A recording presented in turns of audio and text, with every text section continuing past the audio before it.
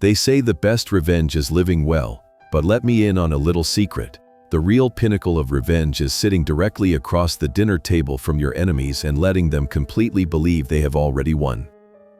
Welcome back to Silent Revenge. Grab your snacks, get comfortable, and remember, the people in today's tale had every chance to behave themselves, but they simply chose wrong. Drop a comment and be sure to subscribe, because you are going to love it here. You see, the most ridiculous thing about possessing immense wealth is that nobody believes you when you look absolutely ordinary. Take Arthur Pendleton, for example. He still drives a 2002 Ford F-150 with a dented bumper he has been meaning to hammer out for years, and he wears a basic, scuffed digital watch. He doesn't wear it ironically or as some eccentric billionaire's quirk, he just genuinely likes it. It tells the exact time, it never needs charging, and it easily survives his weekend repair projects. What more could a 68-year-old master strategist possibly want from a watch? It was a late Tuesday afternoon when the gravel of Arthur Pendleton's modest driveway crunched under the heavy tires of a European luxury sedan. Arthur was deep inside his dimly lit garage, the smell of motor oil and sawdust hanging thick in the stale air. He was kneeling on a piece of stained cardboard, carefully adjusting the suspension of his truck. His hands were coated in a thin layer of dark grease, and his faded denim shirt clung to his broad shoulders. To anyone driving past, he was just another retired widower filling his empty hours with meaningless labor. That was precisely the illusion he cultivated so carefully. The car doors clicked open. Footsteps approached. First came the familiar, light cadence of his daughter, Clara. Then followed a heavier, measured tread. It was a confident walk. The walk of a man who sincerely believed he owned the ground he stepped on. Arthur slowly stood up, wiping his hands on a shop rag. He watched them step into the shadows of the garage. Clara looked radiant, her smile wide and genuine. Beside her stood Julian Hayes. Julian was 32 years old, wrapped in a bespoke navy suit that probably cost more than the entire structural frame of Arthur's garage. His hair was perfectly styled, his posture impeccable. There was a distinct shine to him, the kind of polished aura that only wrapped around people who had never been completely broken by the world. Clara stepped forward, her voice echoing slightly against the concrete walls. She introduced Julian, her voice laced with a deep pride that made Arthur listen very carefully. Julian stepped up and extended his hand. Arthur met it. The handshake was firm, calculated, engineered to project dominance without crossing the line into open hostility. Julian looked directly into Arthur's eyes, offering a warm, practiced smile. It was the smile of a young executive greeting a simple, working-class father. Julian saw the grease, the scuffed work boots, the worn-out flannel, and immediately filed Arthur into a mental category labeled harmless. Arthur saw absolutely everything. A master strategist never just looks at a person, he processes them. Arthur felt the subtle tension in Julian's grip, a slight overcompensation that betrayed a burning ambition.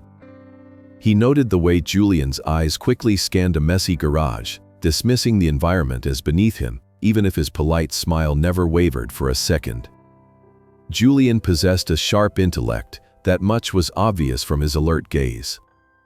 He had the hunger of a wolf, but it was a wolf raised in captivity, fed on corporate victories and easy praise.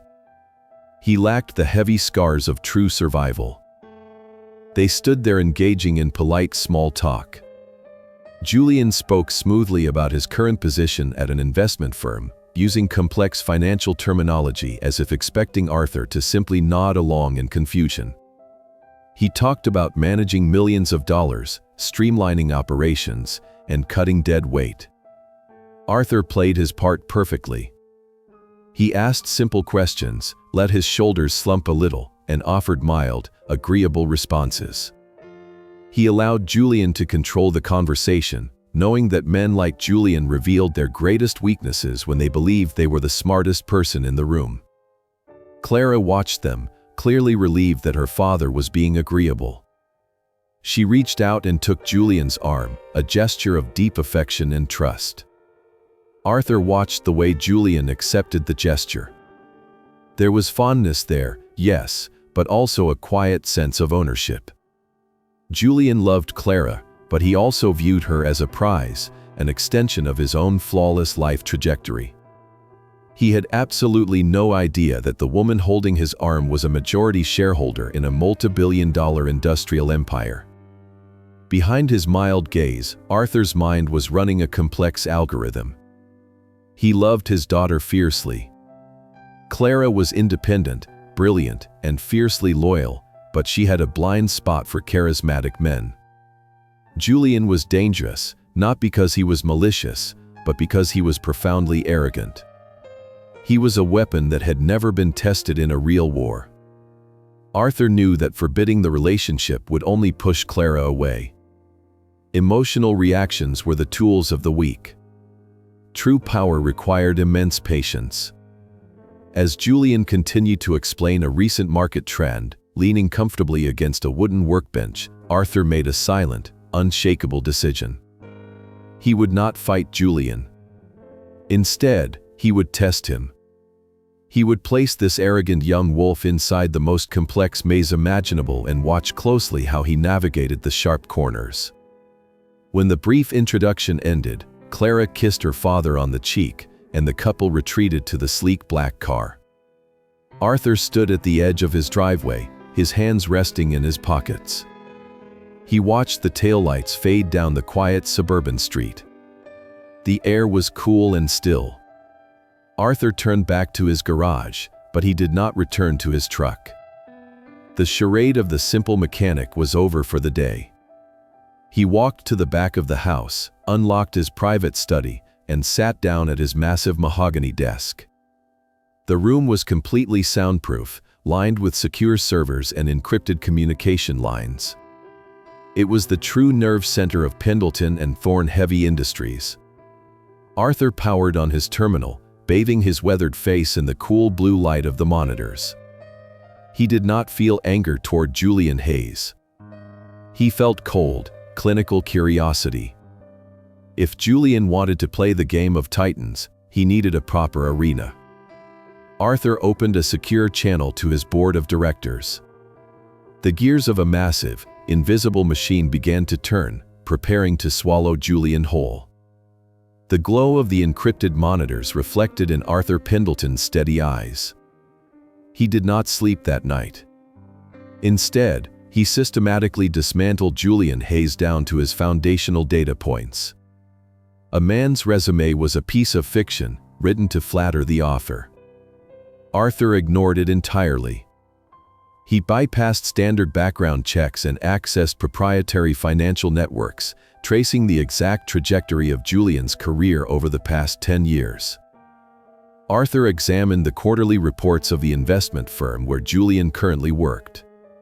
He tracked the specific acquisitions Julian had championed, analyzing the profit margins, the risk ratios, and the aggressive restructuring tactics he employed. The data painted a vivid picture. Julian was ruthlessly efficient. He possessed an uncanny ability to spot undervalued assets and possessed the sheer force of will to overhaul failing departments. His numbers were undeniably brilliant. Yet, hidden beneath the impressive profits, Arthur spotted the flaw he had sensed earlier. Julian took immense risks because he fundamentally believed he could not fail. He operated with the reckless grace of a man who had never been forced to rebuild from ashes. He was a perfect candidate. He just needed the right proving ground. By dawn, Arthur had formulated a complete strategy. He poured himself a cup of black coffee and initiated a secure conference call with the three most senior board members of Pendleton and Thorne Heavy Industries. These were men and women who had stood beside Arthur for decades, individuals who understood that when the founder called before the sun rose, they were about to execute a major maneuver. Arthur did not mention Clara. He did not speak of personal connections or future family ties. He presented Julian Hayes entirely as an asset to be acquired. He instructed the board that Julian was the precise instrument needed to aggressively modernize their Midwestern logistics division, a sector Arthur had deliberately allowed to stagnate over the past 2 years just for an occasion like this. However, Arthur issued one absolute condition. Julian could never know the true ownership of the company. Pendleton and Thorne operated beneath a complex web of holding companies and offshore trusts, making the ultimate beneficiary nearly impossible to trace for anyone outside the inner circle. Arthur wanted it kept exactly that way. He ordered the board to construct a flawless illusion of a corporate meritocracy. The trap was set into motion with surgical precision. 48 hours later, a senior partner at an elite, notoriously exclusive executive search firm in Manhattan placed a highly confidential phone call to Julian Hayes. The headhunter spun a masterful narrative.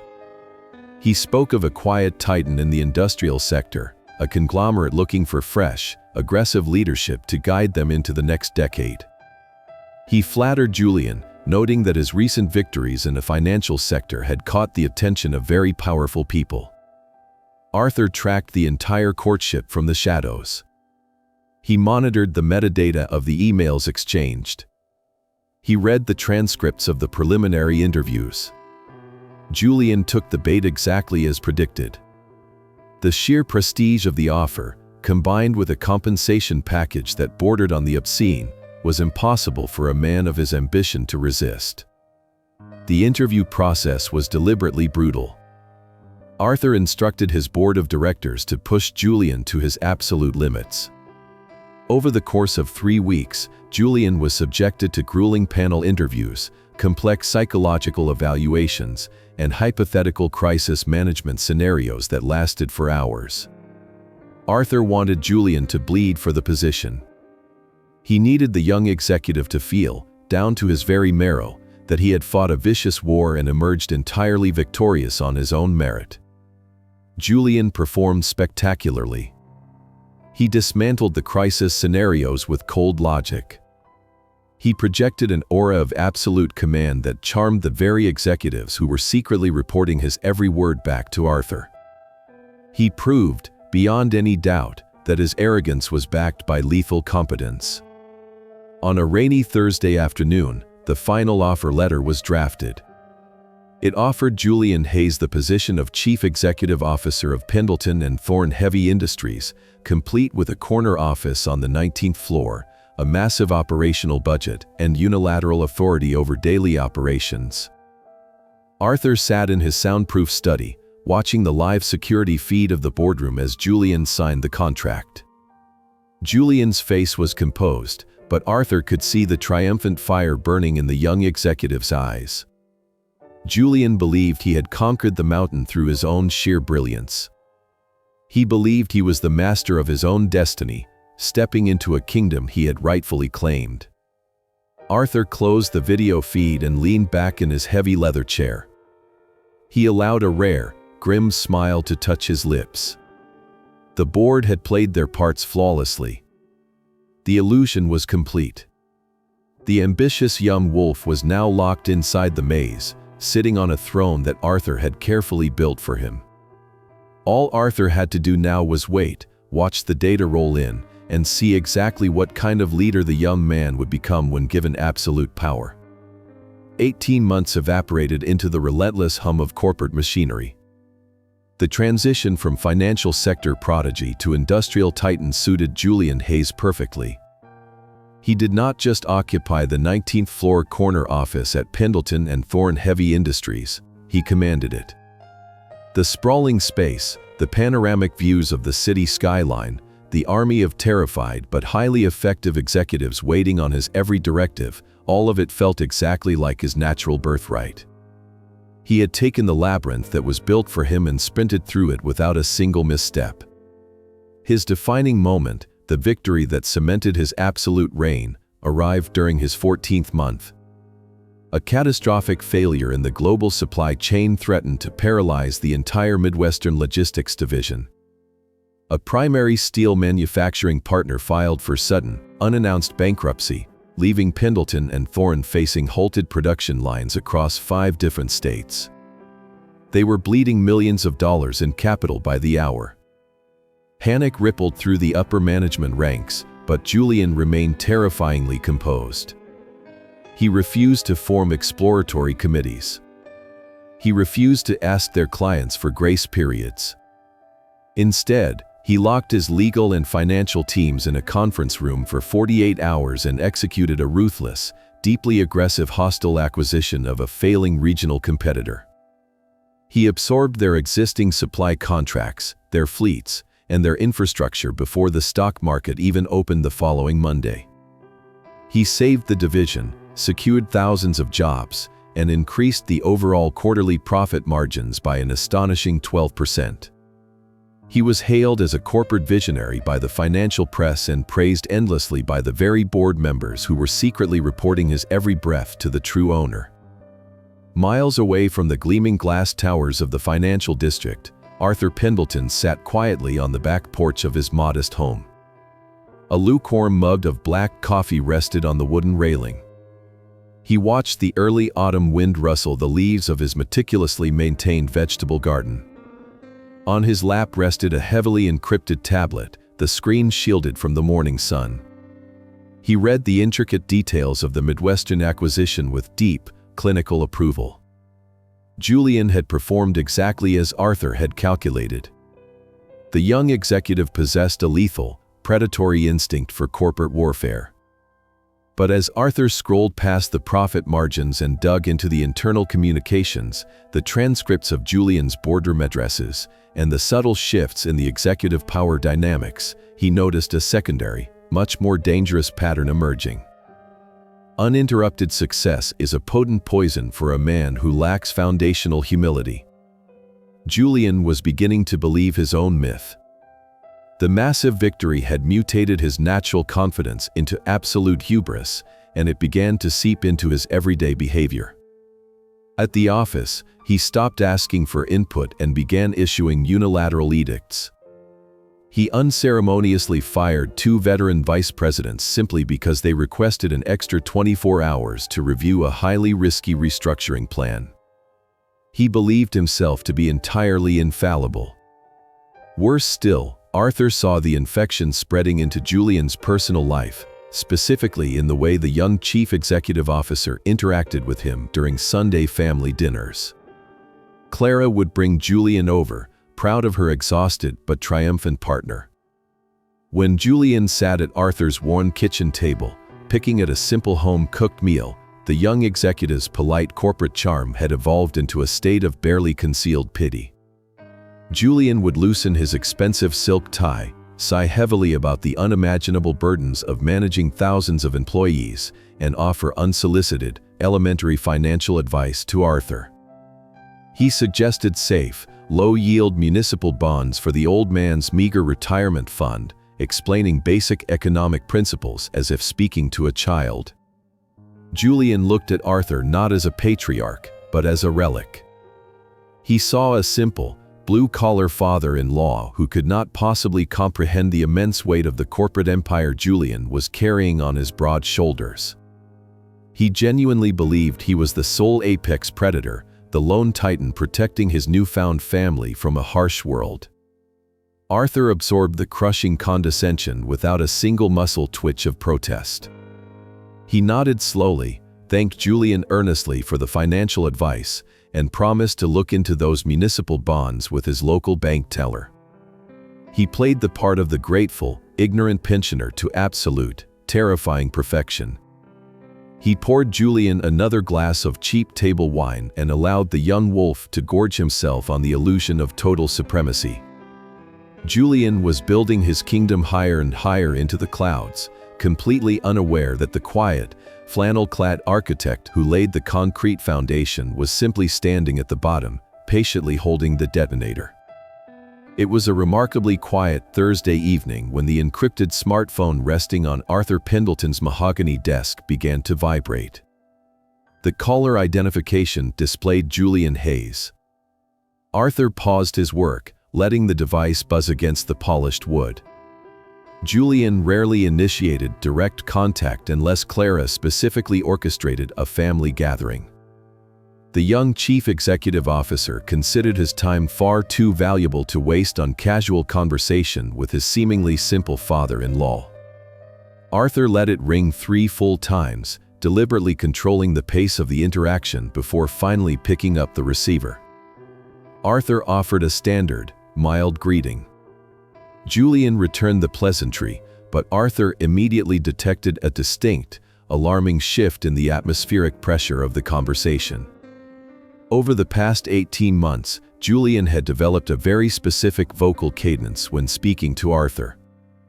It was usually a relaxed, slightly patronizing drawl, the sound of a profoundly important man generously donating a few minutes to someone entirely insignificant. Tonight, however, that careless arrogance was completely missing. Julian sounded remarkably tight. The syllables were clipped and heavily rehearsed. He sounded exactly like a subordinate reporting to a superior, or perhaps a man gingerly walking through an active minefield. Julian explained that his parents, Richard and Eleanor Hayes, had just flown in from Boston earlier that afternoon. They were in town for the weekend, Julian said, and they had already booked a private dining room at an exceptionally exclusive restaurant in the financial district for Friday night. Julian stated that his parents were insisting Arthur join them for dinner, emphasizing that they were deeply eager to finally sit down and get to know him properly. Arthur did not speak for 5 full seconds. He let the heavy silence stretch over the cellular connection, meticulously listening to the microscopic fluctuations in Julian's breathing on the other end of the line. He repeated Julian's phrase slowly, stripping it of its polite social veneer and examining it under the cold, harsh light of pure logic. He asked why they were so suddenly eager to meet him after all this time. Julian answered quickly, but there was a fractional hesitation in his voice that lasted perhaps half a second too long. Julian offered a generic excuse about family wanting to know family, adding that they would really love to have Arthur at the table. Arthur felt a profound, cellular shift deep within his chest. It was not panic, nor was it fear. It was the ancient, predatory instinct of a man who had survived 3 decades in the bloodiest arenas of corporate warfare. The narrative Julian was attempting to present simply did not align with the established behavioral data. Richard and Eleanor Hayes represented old Boston money, a class of people fiercely protective of their social standing and highly calculated in their movements. People of their supposed pedigree did not fly across the country on a random Thursday and urgently demand a private dinner at an intimidating, high-end restaurant just to make polite small talk with a retired mechanic who drove a battered truck. If they truly desired a simple family introduction, they would have arranged a brief, formal luncheon at a neutral location, heavily insulated by polite excuses to leave early. Furthermore, Julian was not acting like a corporate titan. He was acting like a frightened messenger. The young executive, who routinely commanded thousands of employees and aggressively dictated terms to multinational conglomerates, sounded subtly coerced. Someone else was entirely in control of this initiative, and Julian was merely facilitating the ambush. Arthur mused aloud, keeping his vocal tone entirely mild and unthreatening. He played his part, chuckling softly and stating that the restaurant sounded a bit too fancy for an old man in flannel, but noted that it would be terribly rude to decline such a generous invitation from out-of-town guests. He asked for the exact time of the reservation. Julian replied with 8 o'clock. The sheer relief in the young man's voice was palpable, a heavy exhalation that instantly confirmed every single one of Arthur's dark suspicions. Julian quickly thanked him and terminated the call. The line went dead. Arthur placed the phone gently back onto the desk. He did not move for several long minutes. The dim light of the secure study cast sharp, elongated shadows across his weathered face. The meticulously constructed theater he had maintained for the past 1.5 years was suddenly and violently shifting. He had originally placed Julian inside a carefully controlled corporate environment to test the boy's character, but now, an outside variable had aggressively breached the perimeter of his experiment. Arthur stood up and walked toward the large window overlooking his dark, silent garden. He replayed the entire conversation in his mind, isolating the specific, strained tone of Julian's voice when he mentioned his father. Richard Hayes. The name hung in the quiet room, suddenly carrying an inexplicable, gravitational weight. Arthur had built his massive empire by completely eliminating the concept of coincidence from his worldview. A sudden visit. A forced dinner. An exclusive location deliberately designed to isolate and intimidate. These were not the actions of welcoming parents. These were the opening tactical maneuvers of a coordinated siege. The passive, quiet father-in-law persona had served its specific purpose perfectly, but the parameters of the game were changing rapidly. If Richard and Eleanor Hayes were coming to his city to play a strategic hand of power, they were about to discover a terrifying reality. They had not invited a helpless sheep to the slaughter. They had invited the architect of the slaughterhouse. Arthur turned away from the window, his eyes narrowing with a cold, absolute clarity. His predatory instincts were fully awakened. He needed raw data, and he needed it before the sun rose. The moment the line to Julian went dead, Arthur did not pace the room or pour a glass of fine scotch to calm his nerves. Emotional responses were a catastrophic liability in his world. He reached into the bottom drawer of his heavy desk and extracted a secondary, heavily encrypted cellular device. He dialed a sequence of numbers he had memorized 20 years ago. The call was answered on the first ring by a man who officially did not exist on any corporate payroll, the director of Arthur's private intelligence apparatus. Arthur issued a single, absolute directive. He wanted every available piece of data regarding Richard and Eleanor Hayes. He instructed his intelligence network to completely ignore their current Boston portfolio and dig aggressively into their foundational history. He wanted birth certificates, property deeds, shell company registrations, and sealed tax records dating back 4 decades. He gave them exactly 12 hours to map the entire genetic and financial history of the family his daughter was about to marry into. The sun had barely begun to cast a pale gray light over the meticulously manicured garden when the notification chimed on his terminal. A secure digital file, hundreds of pages thick, materialized on his screen. Arthur poured his second cup of black coffee, adjusted his reading glasses, and began to process the data. The polished narrative of the wealthy Boston aristocrats disintegrated almost immediately under forensic scrutiny. Richard Hayes had legally changed his surname 30 years ago. Before that legal maneuver, he was known as Richard Thorne. The temperature in the soundproof study seemed to drop 10 degrees. Arthur leaned back in his leather chair, closing his eyes as a vivid, violent wave of memories flooded the dark room.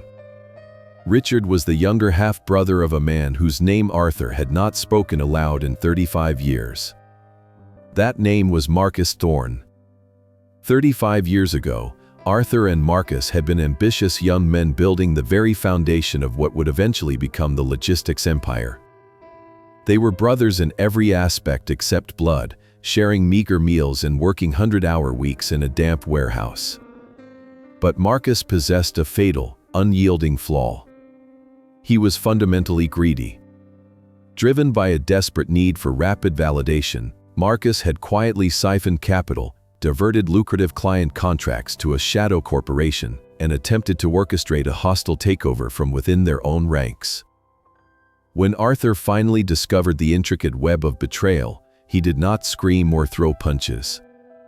He had meticulously documented every single stolen dollar. He had cornered Marcus in a small, poorly lit office and offered him a devastatingly simple choice. Marcus could face a decade in federal prison for profound corporate fraud, or he could sign over his remaining shares, walk away with absolutely nothing, and disappear forever. Marcus chose the coward's route. He disappeared. He died of liver failure 20 years later, a bitter, broken man who had clearly spent his final days spinning a tragic fairy tale for his younger brother. Arthur opened his eyes. The entire board was now perfectly visible, the fog of war completely lifted. Richard Thorne, now hiding safely behind the fabricated name of Hayes, had grown up listening to the poisoned narrative of a ruined older brother.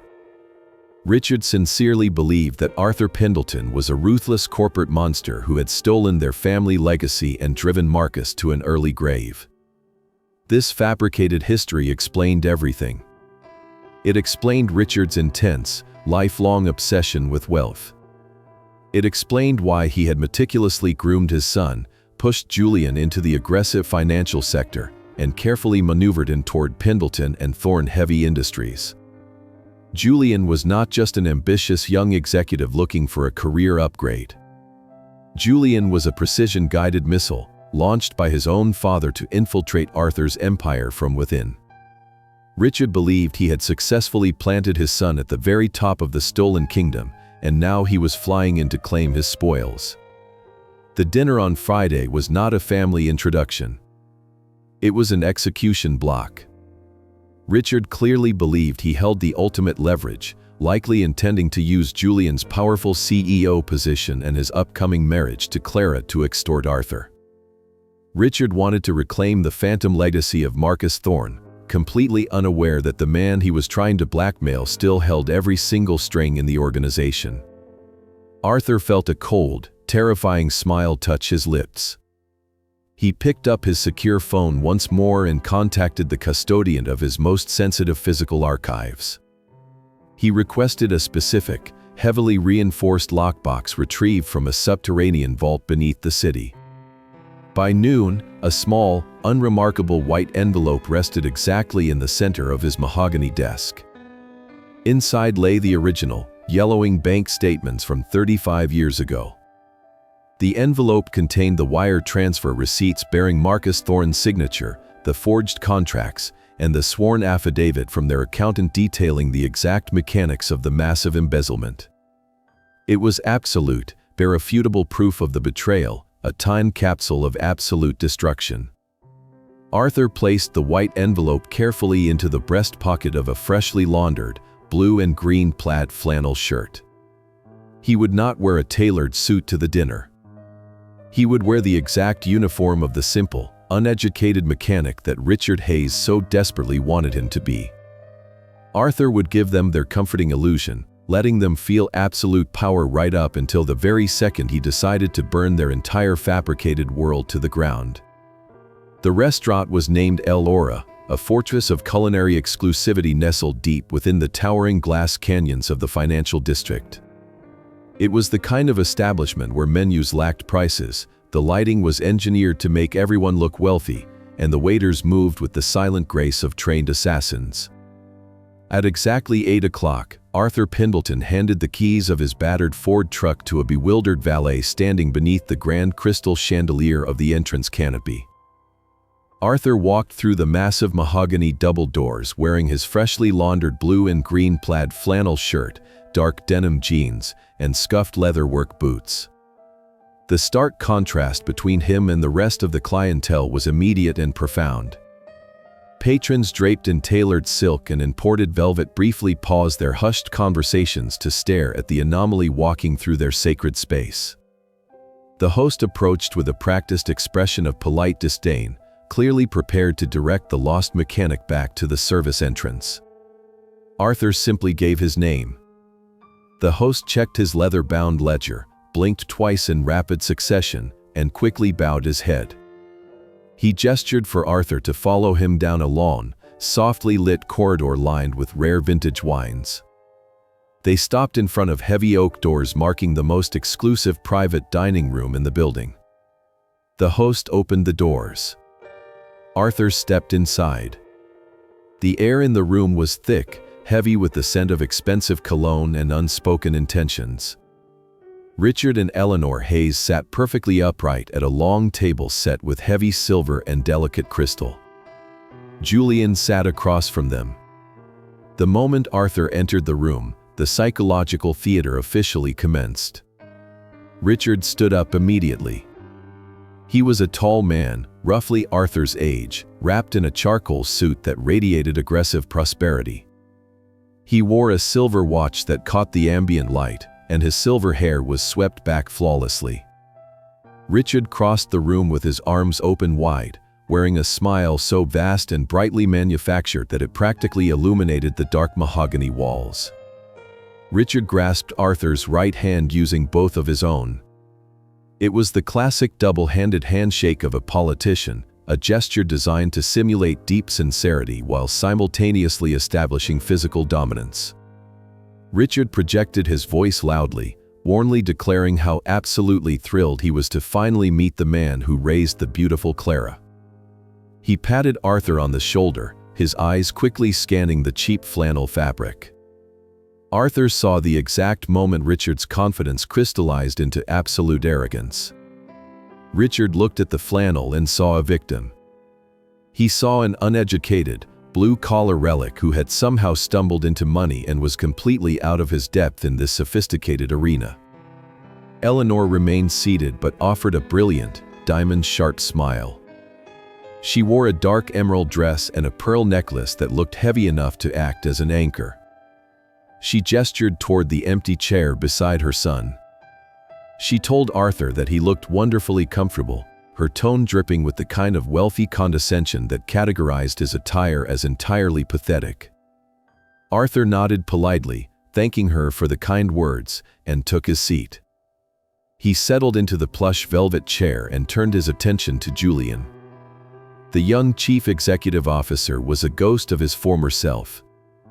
The arrogant swagger, the predatory confidence that usually radiated from the boy, was completely absent. Julian wore a pristine navy suit, but his posture was rigid. He stared intensely at his untouched water glass, refusing to make eye contact with Arthur. Julian's jaw muscles twitched rhythmically. It was painfully obvious that the young man was trapped in a highly volatile situation. He knew his parents had orchestrated this dinner for a specific, aggressive purpose, and the suffocating guilt of his complicity was actively crushing him. Arthur filed away Julian's silence as a crucial piece of data. The boy was ambitious and arrogant, but perhaps he was not entirely corrupt. Tonight would determine whether Julian was a willing conspirator or merely a pawn on his father's chessboard. The waiter appeared silently, pouring expensive sparkling water and offering a brief, poetic description of the evening specials. Richard ordered a bottle of vintage red wine that likely cost more than Arthur's truck. Arthur simply ordered tap water and a medium rare steak. As the waiter vanished, the small talk began. It was a masterclass in covert interrogation. Richard leaned forward, resting his elbows on the table, and began asking Arthur about his life in the Midwest. He asked about the neighborhood, the weather, and Arthur's little gardening hobbies. Every question was a probe, a calculated attempt to measure the boundaries of Arthur's intellect and resources. Richard spoke slowly, enunciating his words clearly, exactly how one might speak to a slightly slow child. Arthur played his role to absolute perfection. He offered rambling, folksy answers about soil acidity and the changing seasons. He let his sentences trail off, laughed awkwardly at Richard's polite jokes, and deliberately slumped his shoulders to appear smaller in the grand chair. All the while, the small white envelope rested heavily in Arthur's breast pocket. He felt the cold truth of the documents pressing against his chest. The tension in the room was tightening like a piano wire. Richard was growing visibly emboldened by Arthur's apparent simplicity, his smile becoming sharper, more predatory by the minute. Eleanor sipped her wine, watching Arthur with the detached amusement of a spectator at a circus. Julian remained locked in his silent torment, his eyes darting nervously between his father and a man he believed was merely his future father-in-law. Arthur took a slow sip of his water. The appetizers had not even arrived, but the trap was fully primed. Richard was incredibly eager to spring the jaws shut, utterly blind to the fact that he was the one standing directly over the trigger. The waiters cleared the appetizer plates with practiced invisibility, leaving only the soft glow of the crystal chandelier reflecting off the polished silver. For exactly 45 minutes, Arthur Pendleton had endured the suffocating charade. He had chewed his food slowly, offered meandering stories about his tomato plants, and allowed Richard Hayes to dominate the acoustic space of the room. Richard had spent the entire first course building his psychological high ground, firmly establishing himself as the wealthy aristocrat graciously tolerating a peasant. Then, the atmospheric pressure in the private dining room shifted violently. Richard placed his silver fork onto the edge of his porcelain plate. The sharp metallic clink severed the polite conversation entirely. He reached for his linen napkin, wiped the corners of his mouth with slow, deliberate precision, and leaned forward. The manufactured warmth completely vanished from his face, replaced by a cold, deeply entrenched bitterness. He reached into the interior pocket of his charcoal suit jacket. His fingers extracted a thick, cream-colored envelope. It was not a standard piece of stationery. It was heavy, textured parchment, the kind favored by elite corporate law firms to deliver devastating news. Richard held it for a brief moment, letting the anticipation fill the room, before placing it exactly in the center of the mahogany table. Eleanor Hayes stopped drinking her wine. She folded her hands in her lap, her posture rigid, her eyes locked onto Arthur with piercing hostility. Julian shrank further into his chair, his gaze fixed permanently on the woven pattern of the tablecloth. Richard spoke, his voice dropping into a low, commanding register. He stated that the pleasantries were officially concluded. He told Arthur that the time had come to discuss the past, specifically a past that Arthur had spent 3 decades trying to bury in the Midwestern dirt. Arthur did not flinch. He did not reach for his water glass. He simply looked at Richard, his expression entirely neutral, waiting for the fabricated execution to begin. Richard took a deep breath, clearly preparing to deliver what he believed was a lethal psychological blow. He leaned closer and softly spoke a single name. Marcus Thorne.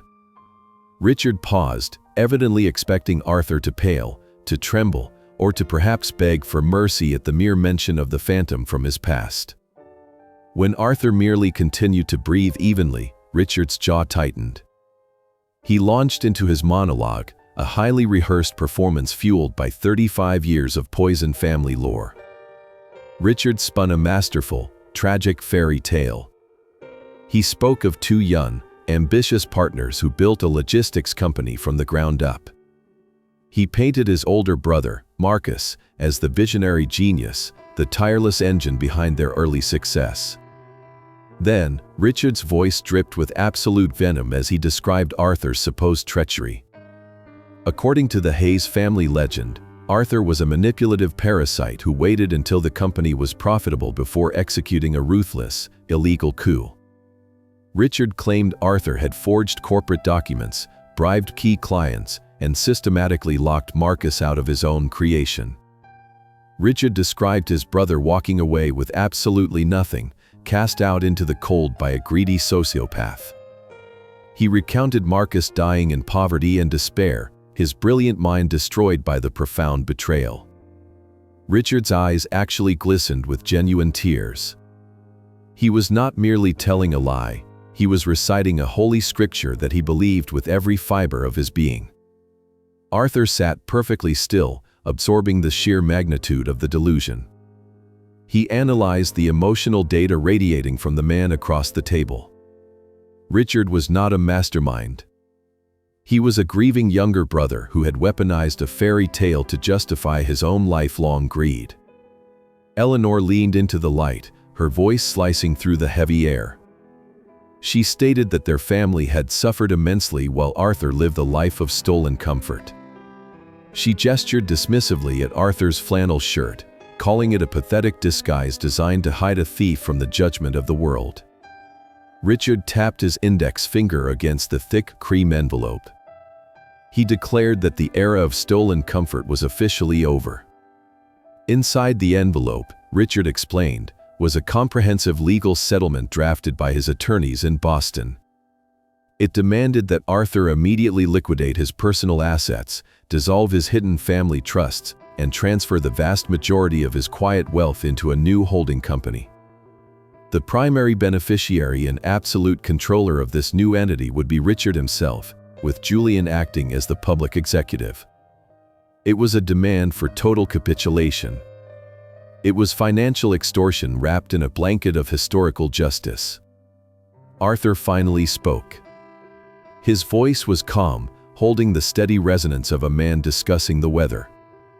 He asked Richard what would happen if he simply refused to sign the documents. Richard smiled. It was a vicious, triumphant expression. He gestured toward his son. He stated that Julian and Clara were deeply in love, planning a beautiful future together. But, Richard warned, Julian was a loyal son who knew the truth about the Pendleton bloodline. If Arthur refused to surrender the wealth, Richard promised to unleash a massive, highly publicized lawsuit. He swore to drag Arthur's name, and by extension Clara's name, through the most brutal tabloids and financial courts in the country. The ultimate leverage was not just money. It was Clara's heart. Richard explicitly threatened to force Julian to abandon Clara at the altar, leaving her publicly humiliated, emotionally shattered, and forever tethered to a disgraced family name. Richard leaned back in his chair, folding his arms across his chest. He told Arthur that the price for his daughter's happiness, and the price for his own past sins, was sitting right there on the table inside the cream envelope. The trap was fully sprung. Richard and Eleanor Hayes stared at the old mechanic, absolutely certain they had just broken him. They waited for the panic, the desperate negotiations, or the tears of a defeated man. They had absolutely no idea that Arthur Pendleton was merely waiting for the echo of their threats to fade before he initiated the final protocol. The echo of Richard's threat hung in the heavy air of the private dining room, mingling with the faint scent of roasted garlic and aged wine. Arthur did not reach for the cream envelope.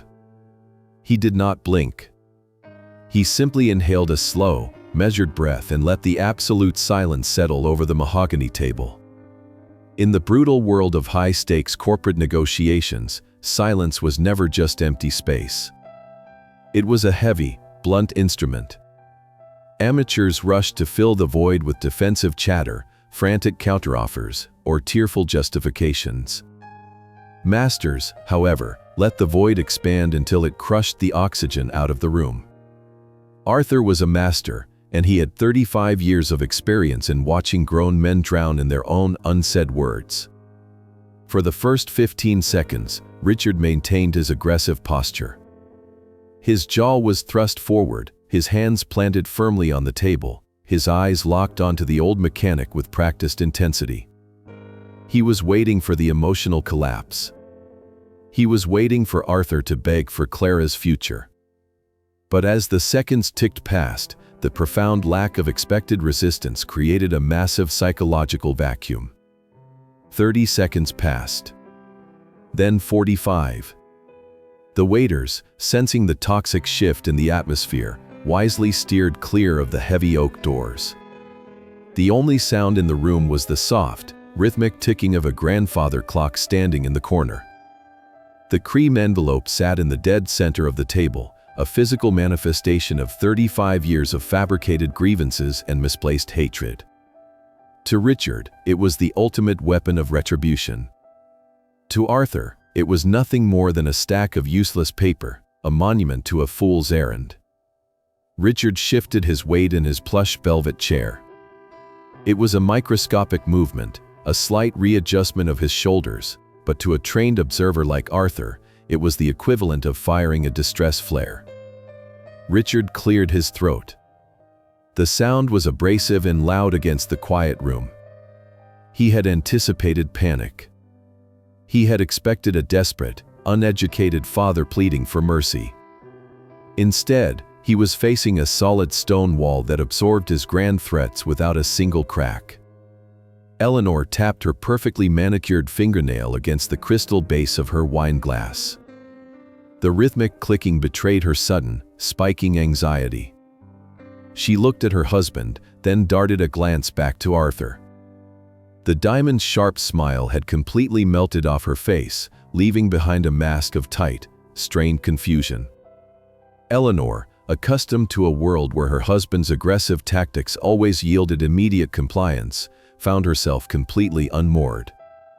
Her wealth and social standing usually provided an impenetrable shield, but in this room, under the crushing weight of Arthur's gaze, her expensive emerald dress and heavy pearl necklace felt utterly useless. She realized they had walked into a dark room without checking for exits. The old man in the flannel shirt was not behaving like prey. Prey was supposed to run, hide, or surrender. This man was simply observing them, studying them like a biologist examining a particularly uninteresting species of insect. Julian finally lifted his head from his untouched plate. The young chief executive officer understood the intricate power dynamics of a hostile boardroom better than anyone at that table, save for Arthur. Julian recognized the tactical deployment of silence. It was a weapon he had used himself to break stubborn suppliers. He stared at his future father-in-law, his brow furrowing in deep, agonizing confusion. This was not the bumbling, simple gardener from the Sunday dinners who needed basic financial concepts explained to him. The posture was entirely different. The eyes were completely devoid of fear or submissiveness. Julian's mind raced through the data points of his relationship with Arthur over the past 18 months. He remembered the quiet nods, the agreeable smiles, the way Arthur always let Julian take the lead in conversations. It hit Julian with the force of a physical blow. It had all been a performance. The old man had never been intimidated, he had been collecting data. Julian wanted to scream at his father to stop, to grab the envelope and run out of the restaurant, but his throat was completely paralyzed by dread. Julian realized, with a sickening, dizzying drop in his stomach, that his father had vastly miscalculated the situation. The man sitting across from them was not a helpless victim waiting to be fleeced. After a full 2 minutes of agonizing, suffocating quiet, Richard broke. The golden rule of any power negotiation dictated that the first person to speak to break an intentional silence immediately lost the high ground. Richard leaned forward again, but the predatory grace was entirely gone. His movements were jerky, uncoordinated. His voice carried a thin, fragile edge that he desperately tried to mask with volume. He demanded to know if Arthur understood the gravity of the situation. He pointed a slightly trembling index finger at the thick cream envelope, insisting that time was running out. He raised his voice, stating that Arthur needed to make a decision before the evening was over, or the lawyers in Boston would receive the call to initiate the destruction of Clara's life. Arthur felt a profound, cold sense of closure. The imposing facade of the wealthy Boston aristocrat was rapidly peeling away, revealing the desperate, frightened little boy still hiding in the towering shadow of Marcus Thorne. Richard was unraveling entirely on his own, defeated by nothing more than the absence of a reaction. Arthur finally moved. He reached forward, not toward the thick cream envelope containing the extortion demands, but toward his simple water glass. He picked it up with a perfectly steady hand, took a slow, deliberate sip, and set it back down precisely on the cardboard coaster. The heavy crystal made a soft, resonant clink against the table. Arthur looked directly into Richard's eyes. He spoke in a voice so quiet and composed that Richard and Eleanor both had to lean forward unconsciously just to hear the words. Arthur stated that he had spent 3 decades building things from the ground up, and in all that time, he had learned one absolute truth about men who brought ultimatums to a dinner table. They only threatened to burn down the house when they secretly knew they did not own the deed. Richard stared at Arthur.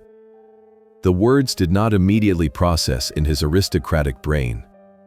He had expected begging, negotiation, or perhaps a sudden outburst of desperate anger. He had not expected a philosophical observation about the nature of power. Arthur did not give the man any time to recover from the tactical shock. Slowly, deliberately, Arthur reached his calloused hand into the breast pocket of his blue and green plaid flannel shirt. He did not produce a weapon, nor a checkbook. He produced a small, unremarkable white envelope. He placed it on the table right next to Richard's thick, cream-colored extortion demand. The visual contrast was stark. The cream envelope represented a meticulously crafted fantasy of victimhood and revenge. The white envelope contained the cold, unfeeling weight of historical data. Arthur looked at Richard. He said that Marcus Thorne was indeed a brilliant man, but his brilliance was entirely consumed by a parasitic greed. Arthur explained that he did not steal the company 3 decades ago. He simply survived a parasite. Arthur slid the white envelope across the polished mahogany. He told Richard to open it. Richard hesitated, his false confidence completely shattered by the absolute certainty in Arthur's voice. His trembling fingers reached for the white flap. He pulled out the yellowing, fragile documents. Bank statements from 1989. Secret ledgers that had not seen the light of day in 35 years. Wire transfers directed to offshore shell accounts registered under the maiden name of Marcus's wife. Finally, Richard unfolded the sworn, notarized affidavit from their chief accountant detailing the exact mechanics of the massive embezzlement. Arthur spoke with surgical precision. He detailed how Marcus had siphoned hundreds of thousands of dollars, forged corporate signatures, and nearly bankrupted their entire operation before the foundation was even dry. Arthur explained that he had confronted Marcus in a small office and gave him a clear choice to walk away quietly or go to federal prison. Marcus chose to run, and then he spent the rest of his miserable life lying to his little brother to hide his own profound cowardice. Richard's face drained of all color, leaving him looking like a wax figure. His eyes darted frantically across the old, undeniable ink. The signature on the fraudulent transfers was unequivocally his brother's. The financial records were absolute and irrefutable. The grand, righteous crusade he had built his entire adult life upon dissolved into ash right there on the dining table.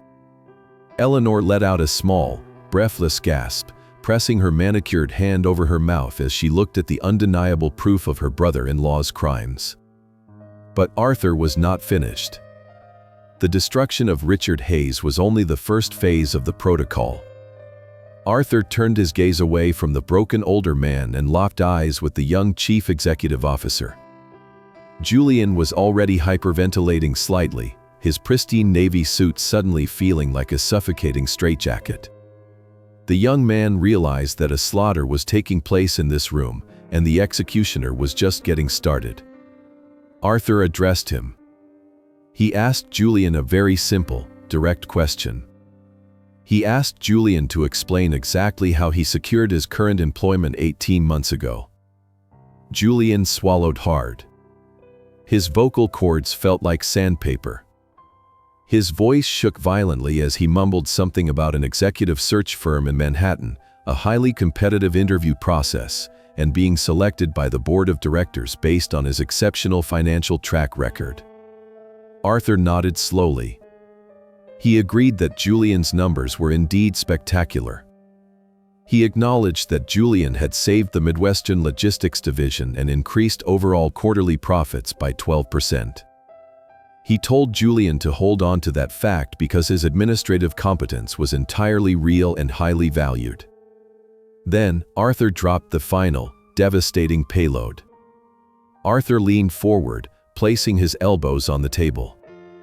He stated that the elite executive search firm in Manhattan was hired directly by him. He stated that the grueling panel interviews were orchestrated by his personal directives.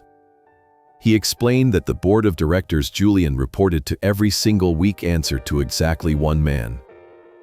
Arthur watched the light of comprehension slowly dawn in Julian's eyes. It was a terrifying, apocalyptic realization. Arthur spoke the words clearly, letting them land like heavy stones. He said he was the founder, the chairman, and the sole owner of Pendleton and Thorne Heavy Industries. He explained that he had deliberately left the Midwestern division stagnant to create a testing ground for a young, arrogant executive. He told Julian that for the past 18 months, the young man had been running Arthur's company, signing Arthur's contracts, and sitting on a throne that Arthur had personally built and placed him upon. The silence that followed was absolute. It was not the tense silence of a negotiation. It was the deafening silence of a completely annihilated reality. Julian stopped breathing. His mouth opened slightly, but no sound emerged. The grand illusion of his self-made corporate supremacy shattered into a million jagged pieces. He realized he was never the apex predator. He was simply a rat running through a brilliant, invisible maze designed by the man sitting across from him in a cheap flannel shirt. Every victory he thought he had won, every executive decision he thought he had made independently, had been monitored and permitted by his future father-in-law. Richard stared at his son, then at Arthur, his mind completely incapable of processing the sheer magnitude of the revelation. Richard had flown across the country and come to this exclusive restaurant to use his son's powerful corporate position as leverage to extort a simpleton. Instead, he discovered that the simpleton owned his son entirely. Arthur sat back in his plush velvet chair, resting his calloused hands on his lap. He looked at the three shattered members of the Hayes family. The trap had snapped shut with bone-breaking force. Now, the only thing left to determine was whether the young wolf caught inside the trap would choose to chew off his own leg to escape with his corrupt father, or if he would finally learn the true meaning of discipline. The heavy mahogany doors of the private dining room felt like the sealed gates of a tomb. Richard Hayes was suffocating in the thin, expensive air of the restaurant. His entire reality had been systematically dismantled in the span of 5 minutes. The vast fortune he thought he was about to extort was a mirage. The powerful leverage he thought he held over a simple Midwestern mechanic was actually a meticulously designed snare that had just snapped shut around his own neck. Richard looked at the yellowing documents scattered on the table, the undeniable proof of his brother's parasitic crimes, and a raw, animalistic panic began to replace his shock. He could not accept total defeat. A lifetime of entitlement violently rejected the concept of surrender. He needed a weapon.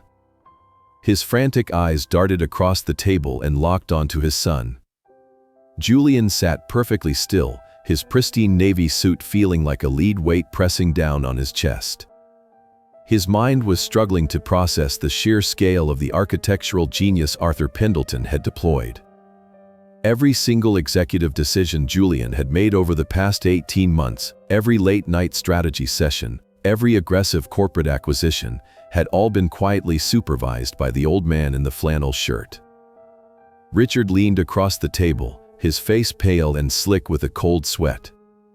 He reached out and grabbed Julian by the forearm. His grip was desperate, digging into the expensive fabric of the suit. Richard commanded his son to listen. He told Julian that they were not finished yet. Richard frantically pointed out that Julian was still the active chief executive officer. He insisted that Julian held the operational keys to the entire Midwestern division. Richard commanded Julian to threaten Arthur with a mass resignation of the upper management tier. He told Julian to use his intimate knowledge of the supply chain contracts to paralyze Pendleton and Thorne Heavy Industries from the inside out unless Arthur surrendered a massive financial settlement. Eleanor watched her husband with wide, terrified eyes. She saw the madness taking root in Richard. He was no longer trying to avenge a fabricated family history. He was simply trying to pillage whatever he could from a sinking ship, willing to use their own son as a human shield. Arthur did not intervene. He sat back in his plush velvet chair, his calloused hands resting calmly on the table. He watched Julian closely. This was the final, critical variable of the entire experiment. Arthur had placed the young wolf in a position of ultimate power to see how he would govern. Now, he placed him in a position of ultimate crisis to see what he would sacrifice. Julian looked down at his father's trembling hand grasping his arm. For 32 years, Richard had been the absolute authority in Julian's life. Richard had taught him how to walk into a boardroom and demand respect. Richard had taught him how to view the world as a chessboard where only the ruthless survived. But as Julian looked into his father's frantic, desperate eyes, the grand illusion completely evaporated. He did not see a powerful Boston aristocrat protecting his family legacy. He saw a frightened, greedy man trying to force his son to commit corporate sabotage to cover up a 35-year-old lie. Julian slowly turned his head and looked at Arthur Pendleton. Arthur was not wearing a bespoke suit or a silver watch. He wore scuffed work boots and a blue and green plaid flannel shirt. Yet, Arthur radiated an aura of absolute, terrifying invincibility. Arthur had possessed the power to crush Julian at any moment over the past 18 months. Arthur could have fired him, humiliated him, or completely destroyed his professional reputation with a single phone call. Instead, Arthur had given him a kingdom to rule. Arthur had allowed him to build, to succeed, and to save a failing division. Arthur had tested his competence and rewarded his victories with silent approval. Julian felt a sudden, profound clarity wash over his suffocating panic. The crushing weight on his chest lifted, replaced by the cold, hard steel of true resolve. He realized that the arrogance he had carried for the past year was nothing but a fragile shell. True power was not loud. True power did not rely on extortion or fabricated histories. True power was sitting quietly across the table, waiting for the truth to reveal itself. Julian thought about Clara. He thought about her genuine smile, her fierce independence, and the quiet pride she took in her father. He realized that if he followed Richard down this path of extortion and sabotage, he would not just lose his position as chief executive officer. He would lose Clara forever. He would become exactly like Marcus Thorne, a greedy parasite destroying his own future for a handful of stolen silver. Julian reached down and firmly grasped his father's wrist. With a slow, deliberate motion, he pulled Richard's hand off his arm. Julian spoke. His voice was no longer the arrogant drawl of a corporate conqueror, nor was it the trembling whisper of a frightened boy. It was steady, measured, and stripped of all pretense. It was the voice of a man who had finally discovered his own moral boundary. Julian told his father no. Richard gasped, stepping back as if he had been physically struck. He demanded to know what Julian meant. He screamed that they were family, that they had to fight this together. Julian looked his father directly in the eye and stated that there was nothing left to fight for. He explained that the war Richard had been fighting for 3 decades was based entirely on a lie. Julian pointed to the white envelope resting on the table. He told his father that Marcus Thorne was a thief and Arthur Pendleton had simply protected his own creation. Julian turned his attention back to Arthur. He did not ask for forgiveness, and he did not attempt to negotiate. He simply surrendered to the truth. Julian stated that he would draft his letter of resignation immediately. He promised to hand over all operational codes, client portfolios, and secure access keys first thing in the morning. He swore that he would walk away from Pendleton and Thorne Heavy Industries without claiming a single dollar of severance, ensuring a completely seamless transition of power back to Arthur's designated board members. Julian squared his shoulders, finally accepting the immense gravity of his own integrity. He told Arthur that he came to this dinner completely unaware of the extortion plot, but he acknowledged that his arrogance had made him a highly useful tool for his father. Julian declared that he would no longer be a tool for anyone. He would leave the empire exactly as he found it, but he firmly stated that he would never walk away from Clara. Arthur sat in a quiet room, listening to the young man burn his own bridges to protect his honor. A microscopic shift occurred in the old mechanic's eyes. The cold, clinical observation slowly gave way to a deep, silent approval. The young wolf had been caught in the trap, but instead of chewing off his own leg, he had calmly figured out how to pick the lock. The heavy mahogany doors remained closed, sealing the private dining room in a thick, charged silence. Julian had laid his entire professional life on the table, willingly offering his resignation to protect his own integrity and his future with Clara. Arthur Pendleton absorbed the young man's declaration without a single visible flicker of emotion. He let the profound weight of the moment settle over the room, allowing Julian to feel the full, scorching heat of his own sacrifice. Then, Arthur shifted his gaze. He looked past Julian and focused entirely on Richard Hayes. Richard was completely broken. The aggressive, aristocratic posture he had carried into the restaurant was entirely gone, replaced by the hollow, trembling frame of a man who had just watched his entire worldview disintegrate. His breathing was shallow and erratic.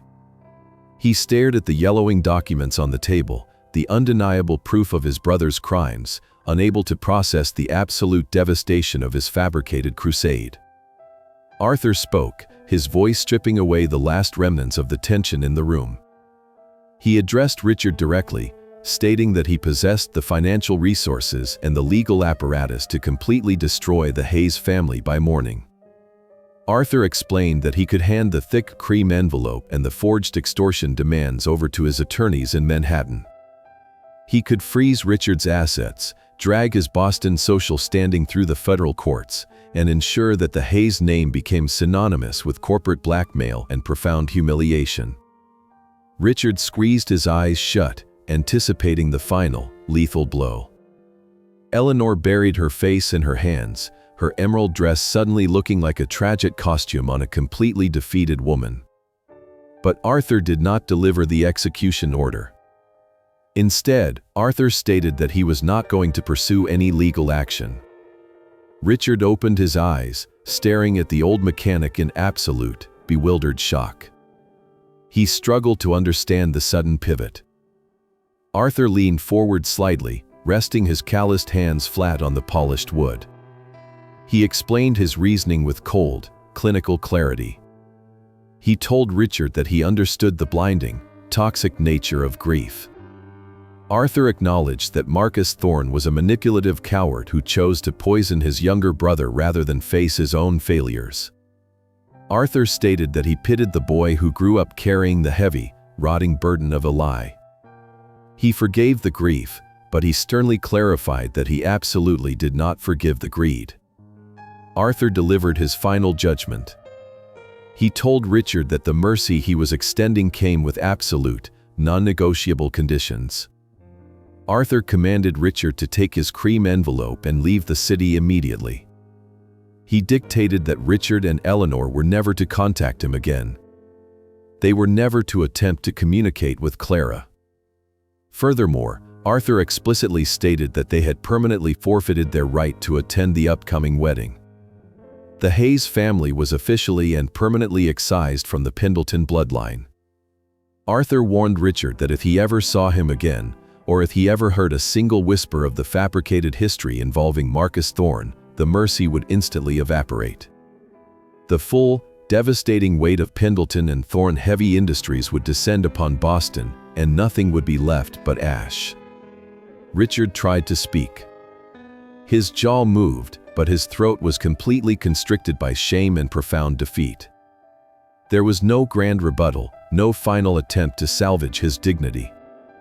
He simply reached out with a trembling hand, picked up the thick cream envelope containing his ruined extortion plot, and slowly pushed his chair back from the table. Eleanor stood up. She did not look at Arthur. She did not look at her son. She simply picked up her expensive handbag and walked toward the heavy oak doors, her movements stiff and mechanical. Richard followed her, his shoulders slumped, his eyes fixed firmly on the expensive carpet. He paused for a fraction of a second near Julian's chair, perhaps wanting to say something to the son he had just attempted to ruin, but Julian did not look up. Julian kept his eyes locked on the table, entirely severing the bond. Richard lowered his head and walked out. The heavy mahogany doors clicked shut behind them. The air in the private dining room instantly cleared. The suffocating presence of the Boston aristocrats vanished, leaving behind the quiet, settled atmosphere of a war that had finally concluded. The grand illusion was dead. The extortion plot was buried. Arthur Pendleton and Julian Hayes were the only two men left in the room. Julian let out a long, ragged breath, resting his face in his hands for a brief moment. The adrenaline that had sustained his defiance was rapidly fading, leaving him physically exhausted. He had just severed ties with his parents and resigned from the most powerful corporate position of his life, all in the span of 10 minutes.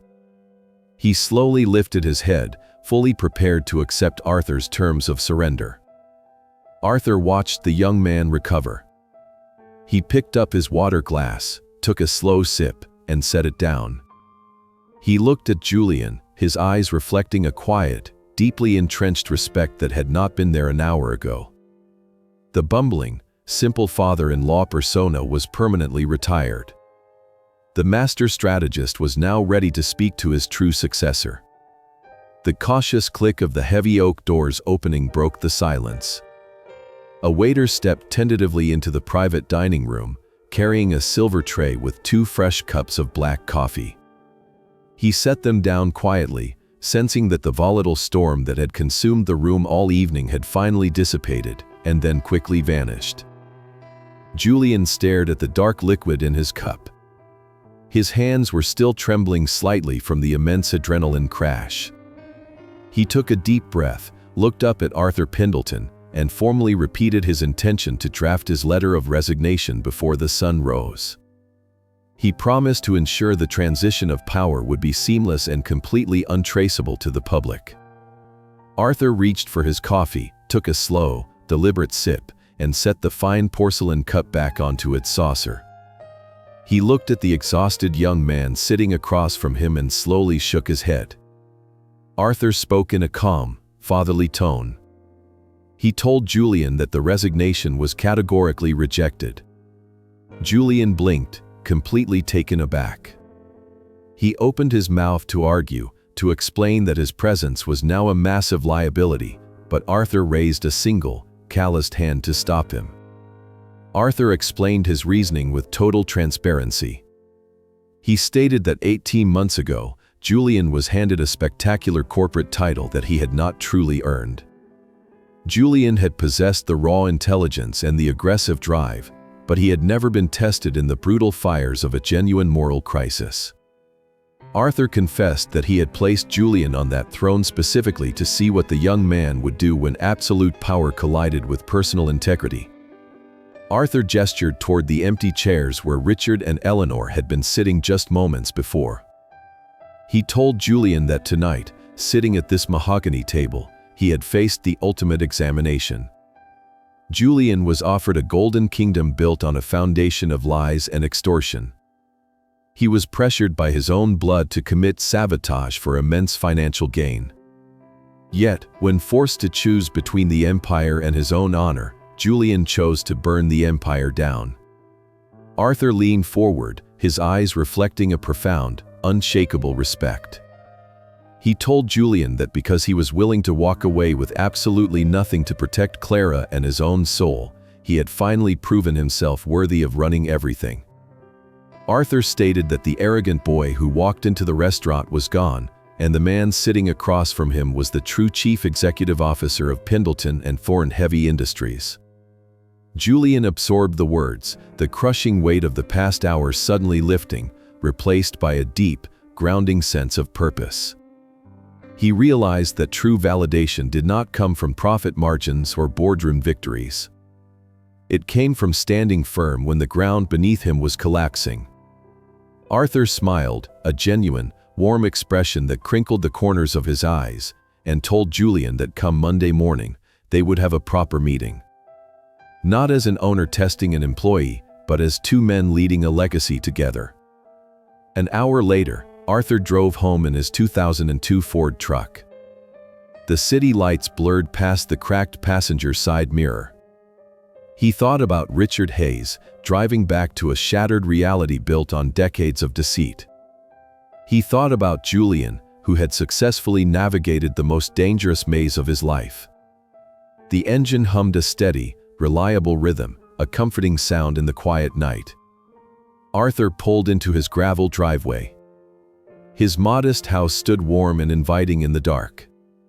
He pulled his smartphone from his pocket. The screen illuminated, displaying a new text message from Clara. She wrote that Julian had just called her, sounding completely overwhelmed, and told her everything that had happened. She added that she loved her father fiercely, but she still firmly believed he needed to throw away that embarrassing blue and green plaid flannel shirt. Arthur chuckled softly in the dark cabin of his truck. He typed a quick reply, telling his daughter that the flannel shirt was completely non-negotiable, as it had just secured her entire future. He stepped out of the vehicle, breathing in the cool, crisp night air. He walked up to his front door, a simple gardener returning to his tomatoes, resting easy knowing his empire and his family were finally safe. Some men build empires simply to prove their own dominance to the world, but Arthur Pendleton built his to protect the people he loved. That is the profound life lesson woven into the fabric of tonight's story. True power does not announce itself with expensive suits, loud threats, or manufactured histories. True power is quiet, disciplined, and rooted in unshakable integrity. It is the ability to hold all the cards and wait for the exact right moment to play them, not out of malice, but to separate the greedy from the honorable. It reminds us that walking away from toxic family loyalty to preserve your own moral compass is not a defeat, but the ultimate victory. If this story resonated with you, please hit that subscribe button, like this video, and share it with your friends so we can continue bringing you captivating and emotional stories every single day. We deeply want to know how this narrative made you feel. Have you ever encountered a situation in your own life where quiet integrity triumphed over loud arrogance? Have you ever had to draw a hard line to protect your own peace? Drop a comment below and share your thoughts from the very bottom of your heart. We read every single one of them. Before we go, we want to extend our warmest wishes to everyone watching. May you be blessed with excellent health, a joyful life, and daily peace in your mind and soul. Goodbye for now, and we look forward to seeing you in the next video.